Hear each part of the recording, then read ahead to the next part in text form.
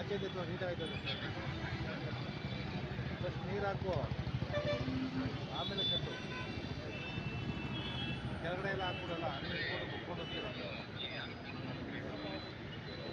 ಹಾಂ, ಬುಕ್ಕೊಂಡು full down book ನೀಟಾಗಿ ಬರ್ತದೆ ಎಲ್ಲ. ಇಂದಿನ ಬಂದ್ಗೆ ಕೆಲವೇ ಕನ್ನಡಪರ ಸಂಘಟನೆಗಳು ಪ್ರತಿಭಟನೆ ನಡೆಸಿದ್ದು, ಉಳಿದ ಸಂಘಟನೆಗಳು ಪ್ರತಿಭಟನೆಯಿಂದ ದೂರ ಉಳಿದಿದ್ದಾರೆ.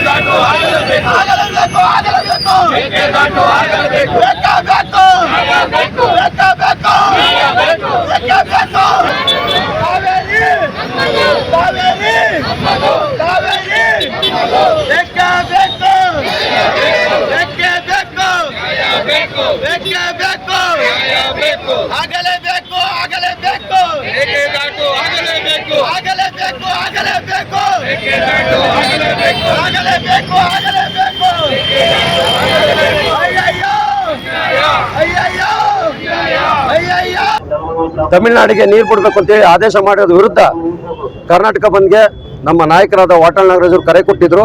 ಆ ಹಿನ್ನೆಲೆಯಲ್ಲಿ ಇವತ್ತು ರಾಮನಗರ ಬೆಂಗಳೂರು ದಕ್ಷಿಣ ಜಿಲ್ಲೆಯಲ್ಲಿ ನಾವೆಲ್ಲ ಕನ್ನಡಪರ ಸಂಘಟನೆಗಳು ಒಗ್ಗಟ್ಟಾಗಿ ಇವತ್ತು ಬಂದನ್ನ ಆಚರಣೆ ಮಾಡ್ತಾ ಇದ್ದೀವಿ. ಏನು ಕಾವೇರಿ ನಿರ್ವಹಣಾ ಪ್ರಾಧಿಕಾರ ಮತ್ತು ಸಮಿತಿಯಲ್ಲಿ ಇರ್ತಕ್ಕಂಥವ್ರು ಮನುಷ್ಯ ಪ್ರಾಣಿಗಳ ಇವತ್ತು ವಾಸ್ತವಾಂಶ ಅರ್ಥ ಮಾಡ್ಕೊಳ್ಳದೆ ತಮಿಳುನಾಡಿಗೆ ನೀರು ಕೊಡಬೇಕು ಅಂತ ಹೇಳ್ತಾ ಇದ್ದಾರೆ. ಕಾವೇರಿ ಕೊಳದಲ್ಲಿ ನೀರಿಲ್ಲ. ಈಗಾಗಲೇ ಪ್ರಕೃತಿಯನ್ನು ವರ ನೀಡಿ ಮಳೆ ಬಂದಿದೆ. ನಮಗೆ ಕುಡಿಯೋಕ್ಕೆ ಮಾತ್ರ ಅಷ್ಟೇ ನೀರು ಇರ್ತಕ್ಕಂಥದ್ದು. ತಮಿಳುನಾಡಿಗೆ ಬೆಳೆ ಬೆಳೆಯೋಕ್ಕೆ ನೀವು ನೀರು ಕೊಡಿ ಅಂತ ಹೇಳ್ತೀರಿ. ಇದೇ ರೀತಿ ಮಾಡಿದ್ರೆ ಇವತ್ತು ಜನಗಳು ಬೆಳೆ ಬೆಳೆಯೋದು ಬೇಡ, ಕುಡಿಯೋಕ್ಕೆ ನೀರು ಬೇಡವಾ? ಈಗಾಗಲೇ ನಮ್ಮ ಮಾನ್ಯ ಡಿ ಕೆ ಶಿವಕುಮಾರ್ ಬೆಳೆ ಬೆಳಿಬೇಡಿ ಅಂತ ಹೇಳಿದ್ದಾರೆ. ಅದನ್ನು ನಂಬಿ ಯಾವುದೇ ರೈತರುಗಳು ಬೆಳೆನೇ ಬೆಳೆದಿಲ್ಲ. ಇವತ್ತು ಕುಡಿಯೋಕ್ಕೆ ನೀರಿನ ವ್ಯವಸ್ಥೆಗಳಿಲ್ಲ.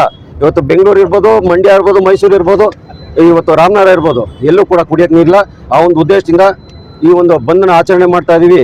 ಕಾವೇರಿ ನಿರ್ವಹಣಾ ಪ್ರಾಧಿಕಾರ ಏನಿದೆ ಆ ಒಂದು ಕೊಡ್ತಕ್ಕಂಥ ಆದೇಶ ಮೂರ್ಖತನದಿಂದ ಕೂಡಿದೆ.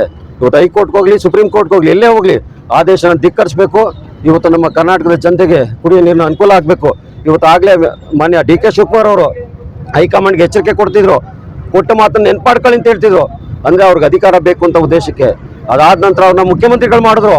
ಆದರೆ ಅವರೇ ಮುಖ್ಯಮಂತ್ರಿ ಆದ ನಂತರ ಕೊಟ್ಟ ಮಾತನ್ನು ಮರ್ತಿದ್ದಾರೆ. ಇವತ್ತು ಮೇಕೆದಾಟು ಯೋಜನೆ ಪಾದಯಾತ್ರೆ ಮಾಡಿದ್ರು. ಇವತ್ತು ಯಾಕೆ ಅವರು ಮರ್ತು ಬಿಟ್ಟಿದ್ದಾರೆ? ಮೇಕೆದಾಟು ಯೋಜನೆಯನ್ನು ಅನುಷ್ಠಾನಗೊಳಿಸಿ ಶಾಶ್ವತವಾದ ಪರಿಹಾರ ಕೊಡಿ. ಇವತ್ತು ಕಾವೇರಿಗೆ ನೀರು ಬಂದಿದೆ, ಜಲಾಶಯಕ್ಕೆ ನೀರು ಕೊಡ್ತಾ ಇದೀವಿ ಅಂತ ಹೇಳ್ತೀರಿ, ಶಾಶ್ವತವಾದ ಪರಿಹಾರ ಕೊಡಿ. ಇವತ್ತು ನೀವು ಟ್ರಬಲ್ ಶೂಟರು ಹೈಕಮಾಂಡ್ ಲೆಕ್ಕದಲ್ಲಿ, ನಮಗೂ ಟ್ರಬಲ್ ಶೂಟರ್ ಆಗಿ ನೀವು ನಮ್ಮ ಭಾಗದ ಮುಖ್ಯಮಂತ್ರಿಗಳು ನೀವು ಈ ಒಂದು ಏನು ತಮಿಳುನಾಡು ಮತ್ತು ಕರ್ನಾಟಕ ಇರ್ತಕ್ಕಂಥ ಕಾವೇರಿ ವಿಚಾರದಲ್ಲಿ ನೀವು ಟ್ರಬಲ್ ಶೂಟರ್ ಆಗಿ ಒಂದು ಶಾಶ್ವತ ಪರಿಹಾರ ಕೊಡಿ. ನಿಮ್ಮನ್ನೆಲ್ಲ ಕೂಡ ಕೊಂಡಾಡ್ತೀವಿ. ನೀವು ಮಾನ್ಯ ಮುಖ್ಯಮಂತ್ರಿಗಳಾಗಿರ್ತಕ್ಕೆ ನಾವೆಲ್ಲ ಸಂತೋಷ ಪಡ್ತೀವಿ. ಇವತ್ತು ತಮಿಳುನಾಡು ಪದೇ ಪದೇ ಖ್ಯಾತಿ ತೆಗಿತಾ ಇದೆ. ಈ ವಿಚಾರದಲ್ಲಿ ಇದಕ್ಕೊಂದು ಶಾಶ್ವತ ಪರಿಹಾರ ಸಿಗಬೇಕು. ಕೇವಲ ಕಾವೇರಿ ವಿಚಾರ ಒಂದೇ ಅಲ್ಲ, ಕಳಸಾ ಬಂಡೂರಿ ಮಹದಾಯಿ ಯೋಜನೆ ಆಗಬೇಕು. ಮತ್ತು ಯಾವುದೇ ಬ್ಯಾಂಕ್ಗಳಲ್ಲಿ ಕನ್ನಡಿಗರಿಗೆ ಉದ್ಯೋಗ ಕೊಡಬೇಕು. ಮತ್ತೆ ಕನ್ನಡ ನಾಮಫಲಕಗಳು ಇರಬೇಕು. ಈಗ ಹಲವಾರು ಬೇಡಿಕೆಗಳನ್ನ ಇಟ್ಕೊಂಡು ಇವತ್ತು ಕರ್ನಾಟಕ ಬಂದ್ ಮಾಡಿದೀವಿ. ಆಗ್ಲೇ ನಾವು ಕರ್ನಾಟಕ ಬಂದ್ಗೆ ಆಗ್ಲೇ ಕರೆ ಕೊಟ್ಟಿದ್ವಿ. ಎಲ್ಲ ಕರ್ನಾಟಕ ಬಂದ್ ಮಾಡ್ಬೇಕು ಅಂತ ಹೇಳಿ ಎಲ್ಲ ವ್ಯವಸ್ಥೆ ಮಾಡಿದ್ವಿ. ಕೆಲವರು ಮಾತ್ರ ಇದಕ್ಕೆ ನೈತಿಕ ಬೆಂಬಲ ಕೊಡ್ತಿದೀವಿ ಅಂತ ಹೇಳ್ತಿದ್ದಾರೆ.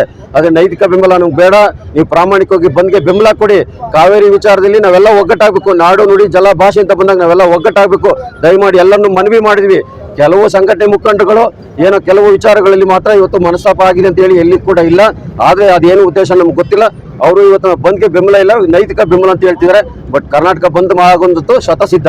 ನಾವು ಕರ್ನಾಟಕ ಬಂದ್ ಮಾಡೇ ಮಾಡ್ತಿದ್ದೀವಿ.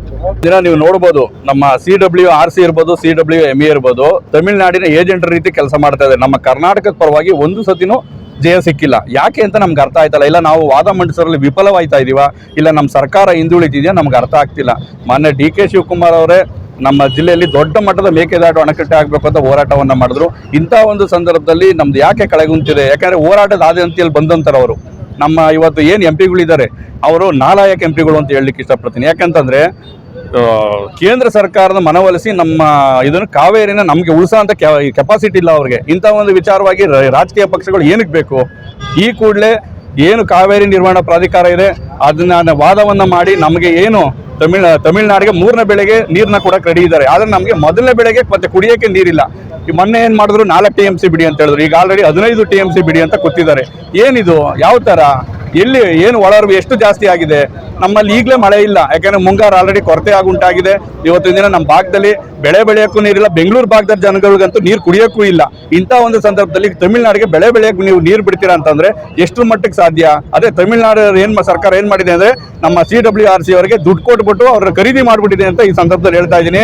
ಈ ಕೂಡಲೇ ನಮ್ಮ ರಾಜ್ಯ ಸರ್ಕಾರ, ಕೇಂದ್ರ ಸರ್ಕಾರ ಮತ್ತು ಏನು ಮಂತ್ರಿಗಳಿದ್ದೀರಾ ಮತ್ತು ಏನು MP ಗಳಿದ್ದೀರಾ, ನೀವೆಲ್ಲರೂ ಸಹ ಕಾವೇರಿನ ಉಳಿಸೋ ಅಂತ ಬೆಳೆಸೋ ಅಂತ ಕೆಲಸ ಮಾಡಬೇಕು.